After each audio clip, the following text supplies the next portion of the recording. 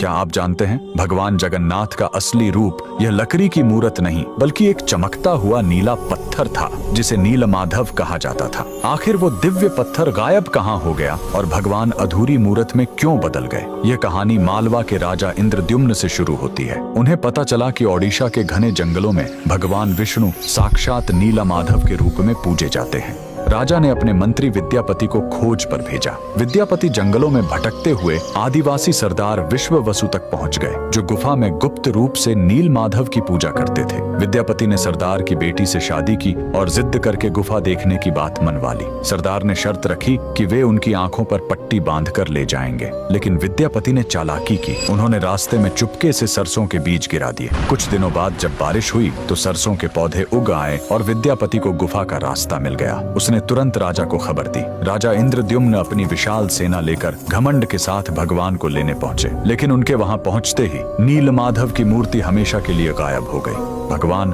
अपने भक्त विश्ववसु के साथ हुए धोखे और राजा के घमंड से नाराज थे। राजा ने रोकर माफी मांगी और अन्न जल त्याग दिया। तब आकाशवाणी हुई, मैं अब उस पत्थर के रूप में नहीं मिलूंगा, अब मैं समुद्र तट पर एक लकड़ी के लट्ठे के रूप में आऊंगा। कुछ समय बाद पुरी के समुद्र तट पर एक विशाल अद्भुत लकड़ी का लट्ठा तैरता हुआ आया। राजा समझ गए कि यही भगवान का नया रूप है। उन्होंने तुरंत आदेश दिया कि इस पवित्र लकड़ी से भगवान की मूर्ति बनाई जाए, लेकिन समस्या यह हुई कि वह कोई साधारण लकड़ी नहीं थी। जैसे ही राज्य के बड़े बड़े कारीगर उस पर छेनी हथौड़ा चलाते, उनके औजार ही टूटकर बिखर जाते। उस दिव्य लकड़ी पर खरोंच तक नहीं आ रही थी। तब स्वयं भगवान विश्वकर्मा एक बूढ़े शिल्पकार के रूप में आए। उन्होंने कहा, मैं इससे मूर्ति बनाऊंगा, लेकिन मेरी एक शर्त है, 21 दिनों तक कमरा बंद रहेगा। अगर बीच में दरवाजा खुला तो मैं काम छोड़कर चला जाऊंगा। राजा मान गए। 15 दिनों तक अंदर से छेनी चलने की आवाज आती रही, लेकिन फिर सब एकदम शांत हो गया।